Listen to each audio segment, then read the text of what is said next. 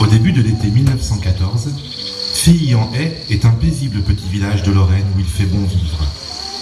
Dans ce havre de paix, vivent 132 habitants, soit 42 ménages pour 57 maisons. Bien sûr, il y a de nombreux agriculteurs et fermiers. Mais comme dans beaucoup de villages à cette époque, on y trouve également de nombreux artisans. Un forgeron, des rentiers, un hôtel-restaurant et bien sûr un café. Mais cette quiétude ne va pas durer. Au loin, on entend le voisin allemand gronder. Les habitants de Filly ne se doutent pas que leur village va être le théâtre d'un effroyable scénario. Il sera tout simplement rayé de la carte, comme beaucoup d'autres villages en France. Mais surtout à cause de sa position, comme Régnéville, Réménoville, Limay, Mamet, Viéville, Filly sera détruit. Il sera même le 3e village de France détruit pendant la Première Guerre mondiale. Si quelques villages n'ont pas été reconstruits du tout, ou que d'autres l'ont été au même endroit, Filly sera reconstruit à proximité. Sans doute parce que les habitants ont eu conscience de l'importance stratégique que venait de revêtir leur village pendant ces 4 années de souffrance, et que la reconstruction était impossible à l'endroit de l'actuel Vieux-Filly.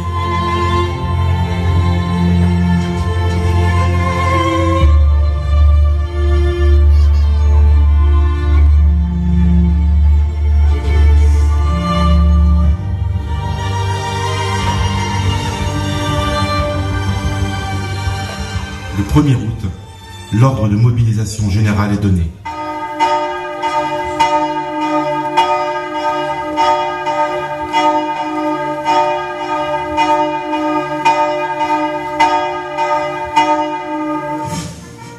De nombreux hommes en âge de se battre quittent Filly pour incorporer leur régiment.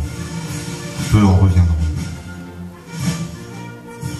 Ce sont principalement le 368e régiment d'infanterie, la 73e division, ainsi que la 128e, 167e, 168e et 169e régiments, sans oublier le 365e régiment d'infanterie, qui prendront part au combat. Situé à la lisière du Bois-le-Prêtre, Filly va alors devenir un symbole de patriotisme. Situé jusqu'en 1915 dans les lignes, ce lieu a été pendant la Première Guerre mondiale le théâtre d'affrontements acharnés de part et d'autre d'une croix en bois, appelée Croix des Carmes. Tenue de nombreuses fois par les Allemands, la croix tombera finalement aux mains des Français, qui la déplaceront dans la nécropole nationale du Pétant pour la protéger. L'emplacement de la Croix des Carmes retombe aux mains des Allemands un mois plus tard, le 4 juillet 1915, et le front se fixe pour 3 ans dans ce secteur.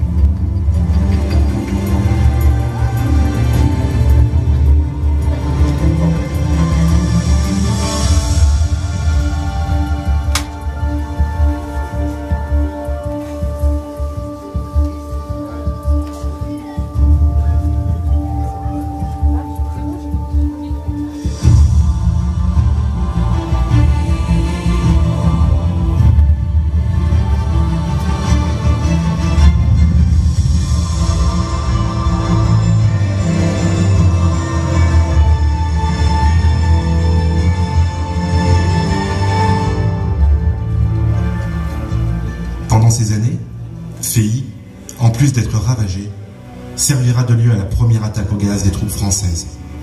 le 7 avril 1917, les Allemands décident d'attaquer les troupes françaises avec un mélange gazeux dévastateur, composé de phosgène et de chlore.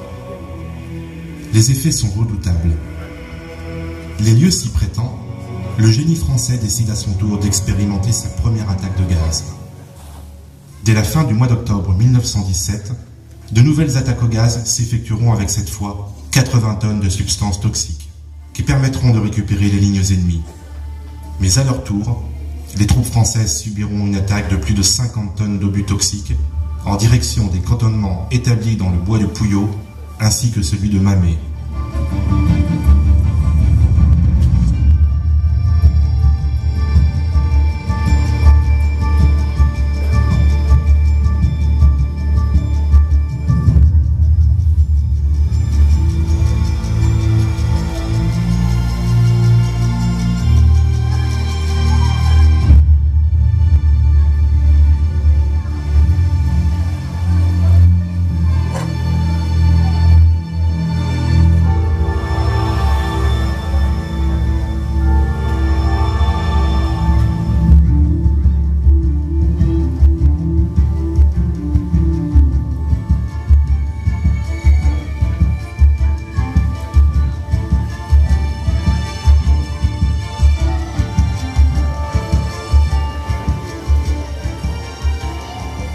Le village de Feilly sera perpétuellement soumis aux tirs de l'artillerie allemande, et ce jusqu'au 12 septembre 1918, date à laquelle l'offensive du saillant de Saint-Mihiel sera lancée et dont on connaît le résultat. Ainsi, c'est à cette date précise qu'après 4 années d'un terrible conflit, le village de Feilly-en-Haye, ou du moins ce qu'il en reste, trouvera répit. Ce n'est que quelques années plus tard que la reconstruction du nouveau Feilly sera achevée. Mais en premier lieu, une inauguration importante marquera à jamais l'histoire du village et en fait aujourd'hui un haut lieu de mémoire. Le 23 septembre 1923, le monument de la Croix des Carmes est inauguré en présence de Raymond Poincaré, qui avait été président de la République française pendant la guerre. Ce monument a été sculpté par Émile Juste Bachelet et Victor Prouvé a également participé à sa construction. Il est constitué d'une grande croix dont chacune des branches transversales est soutenue par un poilu, l'un étant habillé en uniforme du début de la guerre, l'autre en uniforme de la fin de la guerre. La vraie Croix des Carmes, quant à elle, est insérée dans la maçonnerie du monument. Lors de son inauguration, Raymond Poincaré déclarera ces mots devenus tristement célèbres. De toutes les visions d'horreur que la guerre m'a offertes, c'est au Bois-le-Prêtre que j'ai vu peut-être les plus effroyables. J'y suis allé plusieurs fois, et j'y ai vu au premier jour d'hiver nos soldats merveilleux d'endurance, au milieu de l'humidité et de la boue. Mais la visite qui m'a laissé le souvenir le plus ému, je l'ai faite un jour d'été, par une chaleur torride, alors qu'à la lisière du bois, les mouches bourdonnaient autour des cadavres couverts de branchages, et que le soleil dardait sur les tranchées des rayons qui ne tamisaient pas les arbres dépouillés par la pluie des obus.